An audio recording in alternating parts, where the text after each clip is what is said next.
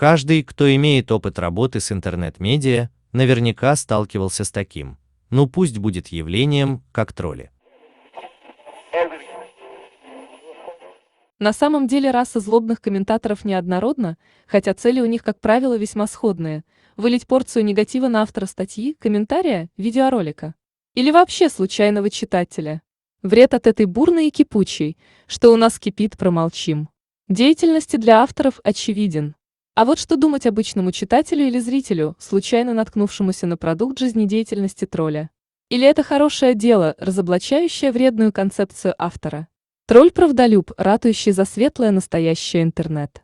Ведь породы троллей встречаются настолько разные, что иногда мимикрируют под что угодно. Советчики-разоблачители, всепропальщики и наоборот мегаоптимисты. Многим из них хочется верить. И тем не менее, как-то отличить их можно.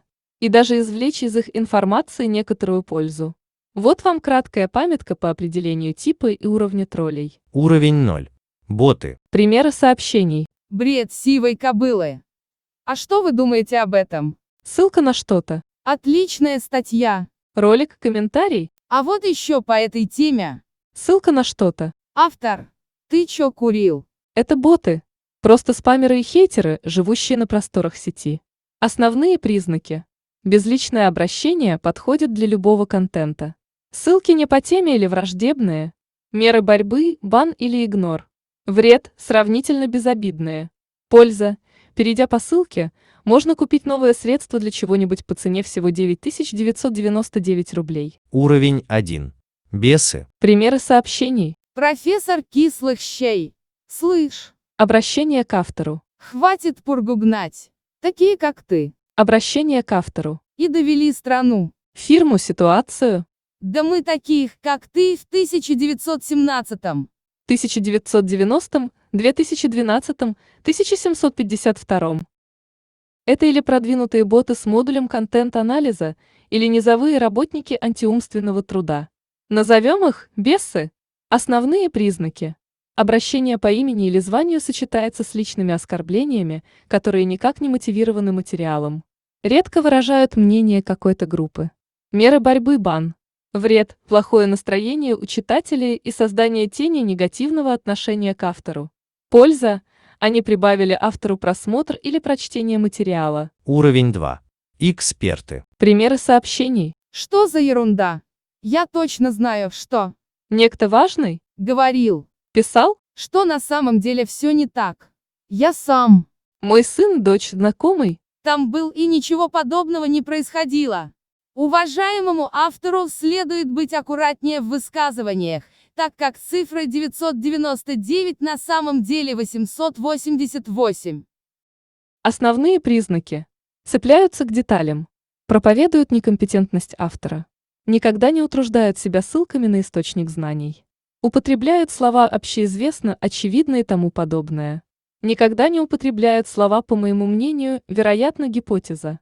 Меры борьбы, бан по желанию, игнор обязательно. Вред, внесение сомнений в компетентности автора и уведение дискуссии в сторону, это если тролля подкормить словами. Польза, прибавление просмотра и создание иллюзий дискуссии на канале или блоге. Уровень 3. Черти. Это уже серьезные ребята и встречаются гораздо реже предыдущих. Основная работа – низведение автора до уровня полного морального ничтожества. Примеры сообщений. Вот ты где обнаружился? Что ж ты? Автор. На похороны родителей. Сестры? Сына? Не приехал даже. А помнишь, как в армии я тебя от воровства Изнасилование, растраты. отмазывал? Основные признаки. Бьют по общечеловеческим ценностям. Всегда переходят на личность. Высказывают личное неприятное знакомство с автором. Меры борьбы, срочный бан. Хотя хочется пристрелить. Вред, шоковая утрата доверия читателей к автору. Как к личности, так и к его материалу. Польза, адреналин у автора. Уровень 4. Уводчики. Основное отличие: часто работают группой. Признак: пост начинается с одобрения, потом резко уводит в сторону, заодно вызывая сомнения в компетентности автора. Цель – развернуть дискуссию в сторону от обсуждаемой автором позиции. Желательно смять ее тезисы, спутать основные предпосылки и заменить предмет обсуждения. Примеры сообщений. Уважаемый автор, Абсолютно с вами согласна. Но как можно обсуждать такую ерунду, когда в вашем городе творится разгул преступности, а ведь вы связаны с правоохранительными органами? Коллективная работа. Да, так оно было. Но автор не учитывает, что на самом деле это ископаемой кости не 2000 лет, а 5000, и это доказал профессор Н, работавший в Африке в 2002 году. Ваш профессор Н в Африке не был, когда там бушевала эпидемия, он прятался у себя в Англии. Там у него дом, построенный на украденные в Саратове миллионы. Да, я лично его знаю, и воровство в Саратове переходит всякие границы. Основные признаки. Построение поста по схеме, позитивный ответ на предыдущую реплику и резкий уход в сторону. Удар по идеологии автора. Отсутствие в посте гиперссылок и громких имен, за которые может автоматически забанить антиспам-робот. При необходимости привести такие имена и термины в них, как правило, допускаются орфографические ошибки. Меры борьбы. Банить после распознавания. Они очень похожи на обычных сомневающихся, но никогда не задают вопроса по существу темы.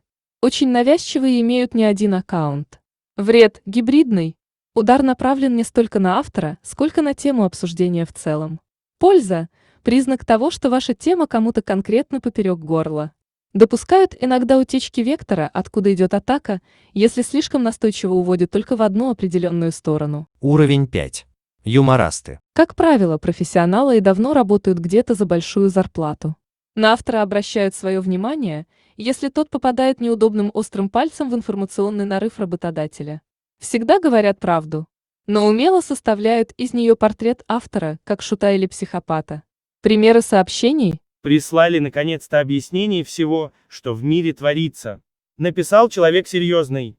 Читаешь, дух захватывает, мороз по коже. Жить страшно. Потом смотришь, что он еще в жизни сделал. С первого взгляда натыкаешься на предложение новой мировой валюты с каким-то особенно идиотским названием и проект нового мироустройства. В дурку, наверное, помещать не надо. На людей не бросается. Но читать, воспринимая всерьез, уже не получается. Страна русов, которая, как всем известно, есть варвары и каннибалы. Они завтракают Крымом под майонезом провансаль, на ланч у них Солсбери на шампуре, а на обед и вовсе американская демократия, права человека и ЛГБТ-права, запеченные в традиционном российском тандыре в собственном соку. Основные признаки. Сначала привлечение внимания к острой ситуации. Только правда? Высмеивание фактов. Огрызки правды. Характеристика в нужном ключе автора или ситуации. Шут, балаган, маньяк и так далее. Мера борьбы. Так как такой тролль публикуется обычно на своих собственных ресурсах и имен не называет, забанить не получится. Единственный вариант эффективного противодействия – усиливать собственные публикации и работать на экспертный уровень. Вред – формирование несерьезного имиджа автора, посев сомнений в его уровне, как источника компетентного мнения.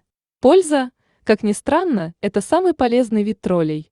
Вынужденный говорить часть правды, он засвечивает факт того, что автор попал наточенным карандашом в больное место работодателя-тролля. Это приятно, автор вышел на новый уровень. Второе вытекает из первого. Именно высмеиваемые точки и являются теми целями, куда стоит направить поток правды в будущем. Уровень 6. Демоны. Все, ребята. Приехали, теперь вами заинтересовались серьезные рептилоиды. Работают на уровне СМИ и больших источников информации, так как многие методы просто недоступны отдельному троллю. В ход идут психологические метки, действующие на подсознание. В качестве примера приведем две публикации.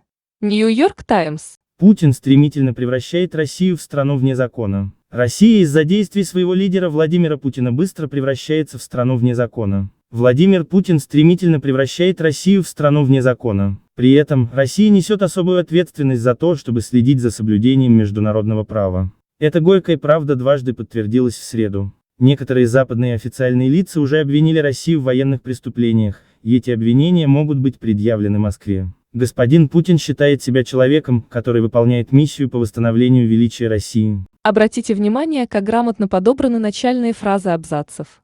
Второе не статья, а сообщение в Твиттере. Важное событие из России соседствует с вандальскими разгромами в Ливии. Ассоциации не самые приятные. И это не единичный случай, Такими методиками глобальные СМИ пытаются манипулировать сознанием читателей, внедряя в подкорку самые разные программы. Например, рядом с фото главы страны – сообщения о трагедиях, беспорядках или просто неприятных событиях. Связки вроде бы нет, но она есть. Меры борьбы. Создание эффективной системы информационного противоборства на том же уровне, на котором происходит воздействие – корпорации, города или государства. Вред – незаметное формирование отрицательного имиджа объекта без проявления смысловой связи и без прямой подачи негативной информации. Польза – выявление внутренних и внешних врагов на уровне воздействия, чистый подарок контрразведчику. Заключение. Вот такая получилась классификация. Условная, но действующая. И тролли, увы, уже не мифические существа из фэнтези, а реальный источник дезинформации, льющийся на нас с экранов телевизоров и компьютеров, со страниц газет, журналов и даже книг, которым мы привыкли верить с детства. Они прячутся под личинами, они пролезают нам в душу, они незаметно подменяют цветное на серое, а серое на черное. Мы кормим их своими сомнениями и страхами, неуверенностью и надеждой. Но охота на троллей – благородное дело. И теперь вы, по крайней мере, знаете, как отличить их от ветки сирени. Спасибо за просмотр. Подписывайтесь на канал, если хотите. Спонсируйте.